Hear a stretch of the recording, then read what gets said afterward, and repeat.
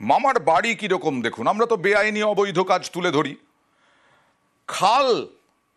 খালটাও সম্পত্তি করে ফেলেছেন, খালের ওপরে মহেশতলার 17 নম্বর ওয়ার্ডে খালের ওপরে নির্মাণ করে ফেলেছেন। দেখুন, খালের ওপরে বাড়ি একেবারে।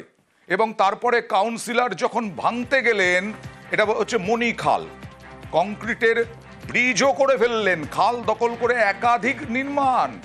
খাল সংস্কার যখন করতে যায় তখন নজরে পড়ে পুরসভার, আর পুরসভার নির্দেশে যখন ভাঙতে গেলেন কাউন্সিলর, তখন আবার বচসা। আপনার এই ব্রিজটা করার পারমিশনটা কিন্তু সেটা সবচেয়ে বড় কথা। এটা হয় নাকি এই ব্রিজটা এত বড় একটা 8 ফুট চওড়া 30 ফুট লম্বা একটা কনস্ট্রাকশন, পাকা কনস্ট্রাকশন, সরকারি পারমিশন কোথায় আপনার কাছে? আমরা সরকারের কাছে দৌড়ে দৌড়ে ব্রিজ বানানোর পারমিশন পাচ্ছি না, আপনি ইচ্ছা খুশি ব্রিজ বানিয়ে দিয়ে তখন কাউন্সিলর কে ছিল সে দেখেনি। আপনার এই ব্রিজটা করার পারমিশনটা কিন্তু সেটা সবচেয়ে বড় কথা। এটা হয় নাকি এই ব্রিজটা এত বড় একটা 8 ফুট চওড়া 30 ফুট লম্বা একটা কনস্ট্রাকশন, পাকা কনস্ট্রাকশন, সরকারি পারমিশন কোথায় আপনার কাছে? আমরা সরকারের কাছে দৌড়ে দৌড়ে ব্রিজ বানানোর পারমিশন পাচ্ছি না, আপনি ইচ্ছা খুশি ব্রিজ বানিয়ে দিয়ে তখন কাউন্সিলর কে ছিল সে দেখেনি। তখন কাউন্সিলর কে ছিল সে দেখেনি, আজকে এই কাউন্সিলর ঠিকই তো বলেছেন। সরাসরি চলে যাব প্রতিনিধি সমীরের কাছে।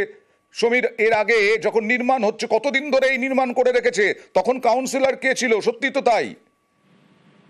সব থেকে বড় আশ্চর্য হচ্ছে মহেশতলা পৌরসভার 35টা ওয়ার্ড, 35টা ওয়ার্ডের মধ্যে একটা ওয়ার্ডের 35 নম্বর যে ওয়ার্ড আছে সে এখন মারা গেছে, সে এখন 34টা ওয়ার্ড। এই ওয়ার্ডের মধ্যে বামফ্রন্ট আমলেও এই কংগ্রেস ছিল, সিপিএম ছিল, যৌথভাবেই ওখানে ছিল। তারপরে 2009 সালে এই যে কাজটা হয়েছে, 2009 সালে হয়েছে, এই যে সন্তুবাবু নিজেই বলছে 2009 সালে আমি করেছি।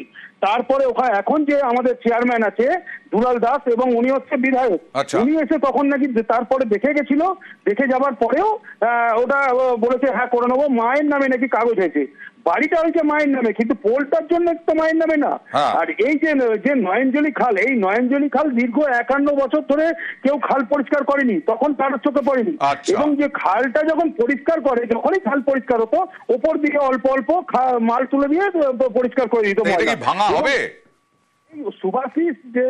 সুভাষিস দাস 17 নম্বর ওয়ার্ডের এই বছরের এই কাউন্সিলর হয়েছে, আসার পরে এই আমাদের ডায়মন্ড লোকসভার যে এমপি আছে তাকে জানাবার পরে অভিষেক ব্যানার্জিকে, তখন উনি একটা টাকা অ্যালাইনমেন্ট করে মহেশতলা যত খাল আছে সেই খাল পরিষ্কার হবে। সেরকম মনি খাল একটা আছে, সেই মনি খালের ওপরে দীর্ঘদিন ধরে বহু দোকান ছিল, সেই দোকানগুলোকে নিজে ও ক্ষমা মানে হাত জোর করে বলেছে দোকানগুলো উঠে যান, সব দোকান উঠে গেছে। আর যে খাল পরিষ্কার হলে মহেশতলায় আর জল হবে না, থাকবে না। এই নির্মাণ ভাঙবে পুরসভা পুরোটা, তখন আমরা নিশ্চয়ই নজর রাখবো। সমীর, 2009 আপনাকে এসে দেখা গেল কাউন্সিলর ধমকা দেয়, কি বলছিলেন? কাউন্সিলর বলছে যে এই পোলটা ভেঙে দিতে খালের কাজ করা হবে। তো আমরা বললাম যে পোলটা তো ওনার মানে বাবা যে দুলাল দাস থাকাকালীন, ওনার মা থাকাকালীন এসে এগুলো সব দেখে আমাদের সব পারমিশন মৌখিকভাবে করে দিয়ে গেছে। তারপর থেকে কে করেছিলেন? দুলাল দাস। আপনি এই ব্রিজটা করার জন্য কোনো পারমিশন নিয়েছিলেন?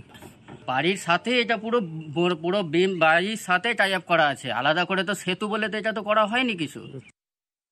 যে 51 বছর পর এই ওল্ড মনিখাল কাটার একটা কাটা শুরু হয়েছে, তখন দেখলাম যে একটা ব্রিজ, আমি প্রথমে ভেবেছিলাম ব্রিজটা হয়তো কোনো সরকারি ব্রিজ হবে, তারপর দেখলাম যে না, ব্রিজটা গিয়ে সোজাসুজি একজনের বাড়িতে হিট করছে। তো যে ব্যক্তি আছে তাকে রীতিমতো ধমক দিয়ে বলেছে যে এটা প্রাইভেট ব্রিজ, এভাবে ব্রিজ করা যেতে পারে না। আমি অফিসিয়ালি পৌরসভাকে চিঠিও দিয়ে দিয়েছি, এবং শুনলাম সে নাকি নিজের উদ্যোগে কিছুটা অংশ ভাঙতে শুরু করেছে। প্রত্যেককে জানিয়েছি, কেন এই খালগুলো যদি এইভাবে অকুপাই করে রাখে তাহলে কিন্তু আমাদের পক্ষে খাল কাটাটা খুব মুশকিল। জলমগ্ন অবস্থা দীর্ঘদিনের, আমার 40 বছর বয়স, আমার 40 বছর বয়সেও আমি কোনোদিন দেখিনি খাল সংস্কারের কাজ দীর্ঘ প্রশাসনিক কোনো উদ্যোগেই হয়নি।